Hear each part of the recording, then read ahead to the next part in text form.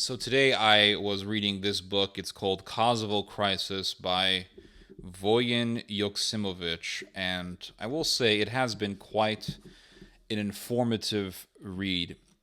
So Joksimovic talks about how during NATO's bombing of the Serbs continued to fight the KLA. The bombs by NATO were done to support the KLA fighters. The KLA stands for Kosovo Liberation Army. These guys were thugs, drug dealers, terrorists. These guys were scum. They were no good. And NATO used them as proxies to fight against the Serbs. Well, the United States had Milosevic sign an agreement that Yugoslav troops would be pulled out from Kosovo. And this happened. Yugoslav forces withdrew from Kosovo, and what happened? What happened was the Albanian mafia took over. That's what happened. They began to take over the cities in Kosovo, the first one being Prizren, which is the second most populated city in Kosovo. And they started doing marches through the streets wearing military uniform, declaring themselves the ruler of the city. They put in place their own mayor, and they eventually set up their own police force in Kosovo. So NATO supports the KLA because NATO is against people who are murderous, right? The Serbs were portrayed as murderous people who wanted to ethnically cleanse all of the Albanians. So what does America do? What does NATO do? NATO then supports people who not only believed in ethnic cleansing, but carried out a policy of ethnic cleansing.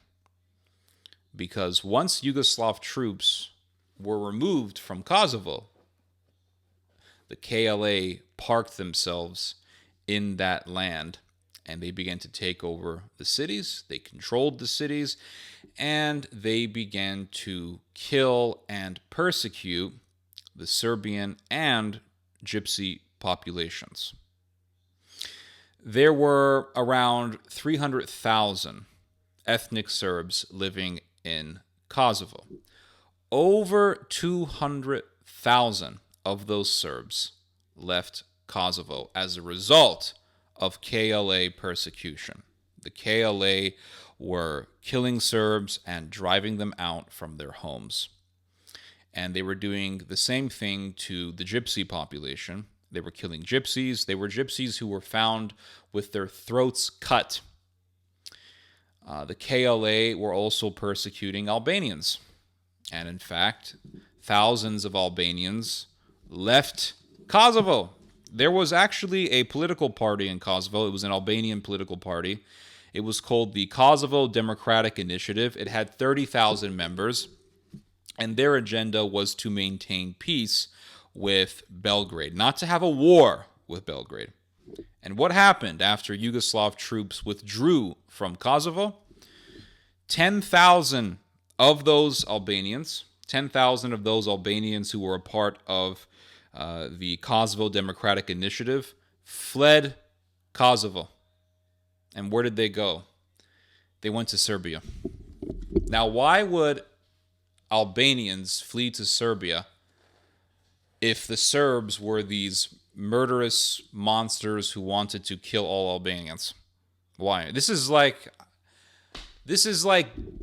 Jews living in Israel in the 1940s fleeing to Germany. I mean, right? If it's that bad, I mean, if the Serbs were that bad, and you have Albanians fleeing Kosovo to live in Serbia, there's a contradiction here.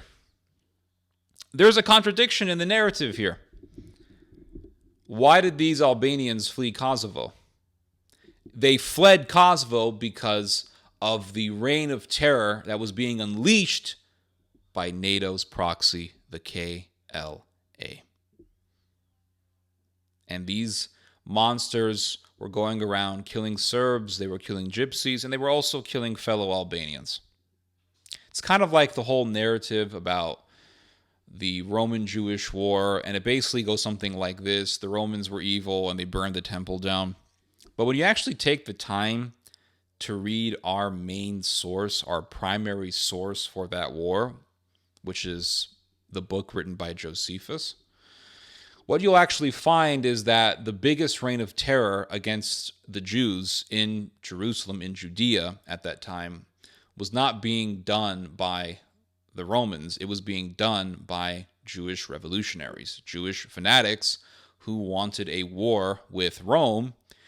And they not only killed each other in a rivalry between different political factions, they slaughtered so many Jews who did not want a war with Rome. In fact, Josephus tells us that the vying factions, the Jewish political factions that were killing one another, could only agree on one thing, and that was killing the Jews who were either indifferent or they disagreed with having a war with Rome. And eventually they agreed on uniting to fight the Romans. But this is what Josephus tells us. And you'll read more about Jews killing other Jews in Josephus' history than you would about Romans killing Jews during that conflict.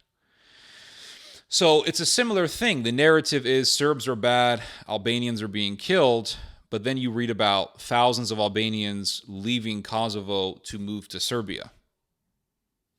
And you read about gypsy people being persecuted, the gypsy minority being killed and being driven out from their homes. You read about Serbs being killed and driven out from their homes. Not only this, but you'll read about organs trafficking. And this is a real nightmare. The KLA was literally kidnapping people, kidnapping Serbs, kidnapping Albanians, and killing them for their organs. And they would traffic the organs of their victims, and those organs would end up in the bodies of wealthy Germans and Saudis and Turks.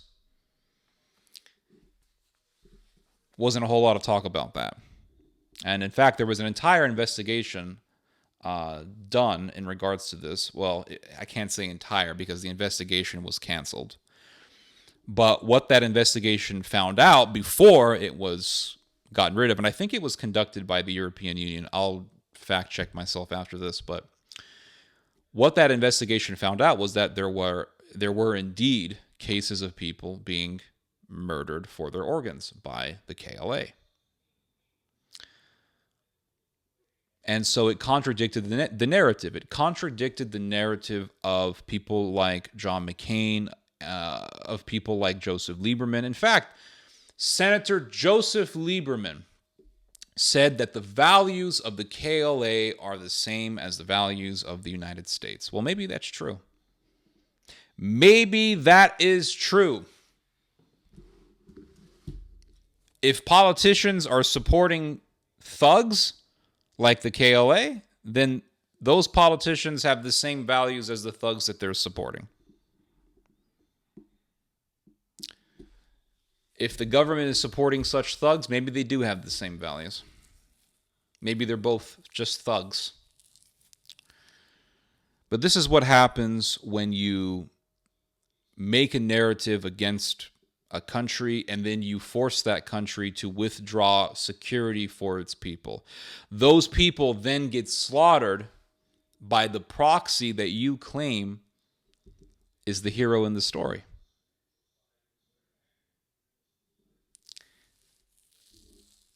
And you read about how the KLA were marching through neighborhoods dressed up in military fatigues, military attire. That's the type of thing that was happening in Ukraine. I remember some months ago interviewing a man who lives in Donbass, and he told me, he said, years ago, Azov were literally marching through his neighborhood, declaring this city belongs to us. This is our city. Azov was doing that kind of crap. And today I saw a video of Ukrainian soldiers shooting at a woman because she was speaking Russian.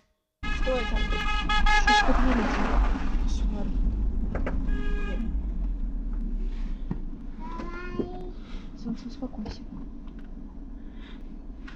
Что происходит? Что они творят? Ти мразота, правила дорожнього руху знаєш? Не разговаривайте со мной. Ти колону бачила?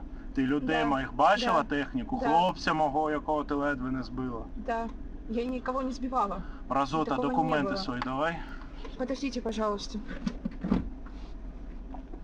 Швидше, швидше! Пожалуйста, сейчас. Возьмите.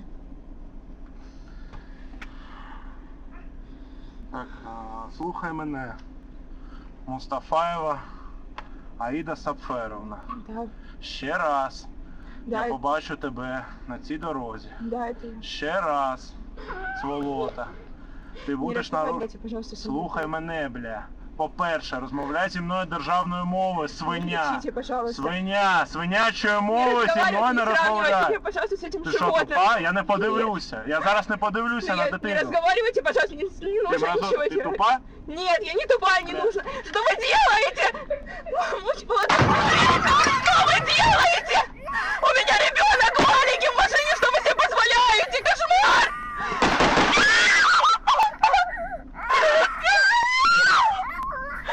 Солнышко, иди сюда. Успокойся. Тихо, тихо, тихо, тихо, успокойся, пожалуйста. Просто кошмар! Не делать мне, что вы творите?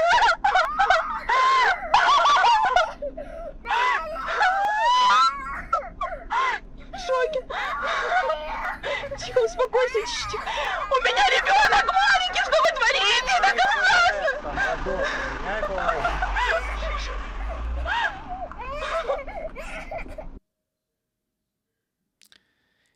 And there are numerous accounts of people being persecuted for being Russian before the Russian invasion of Ukraine. And so the narrative is Russia bad, the Ukrainians are the heroes, but then you read about all these other stories. You read accounts of killings of Russians, Russians being persecuted before Russia invaded Ukraine. And this reality contradicts the narrative. It contradicts the narrative. And so there's always this narrative. This side is evil and this side are the heroes. But then once the hero gets power, he becomes, or he doesn't become, but he exposes his true agenda. He exposes his true intentions. It's like the KLA. They were portrayed as being heroes and being freedom fighters. Once they had free reign over Kosovo, they were killing and persecuting people and conducting a policy of ethnic cleansing. So it really goes to show how much these narratives are just bullcrap. It's like, the French government evil, French revolutionaries good. But then French revolutionaries get power and they're literally raping people and drinking people's blood in the middle of the street. Yes, that happened during the French Revolution. Oh, Saddam Hussein is bad. Once you removed him, you had all these terrorists vying for power. The United States then had to deal with the terrorists that Saddam was killing. And then after America left, you had ISIS. Well, it's like, at that point, you have to think to yourself, of course, you needed a leader like Saddam Hussein. You needed somebody who was just as ruthless to control all these murderous factions. Oh, Bashar al-Assad is so bad. Well, try removing him, see what happens. Well, you guys tried and you guys failed thanks to Russia. But remove Bashar al-Assad and have the rebels just get free reign. It would make living under Bashar al-Assad like living in downtown Paris somewhere. Anyway, you guys just heard some theology. God bless.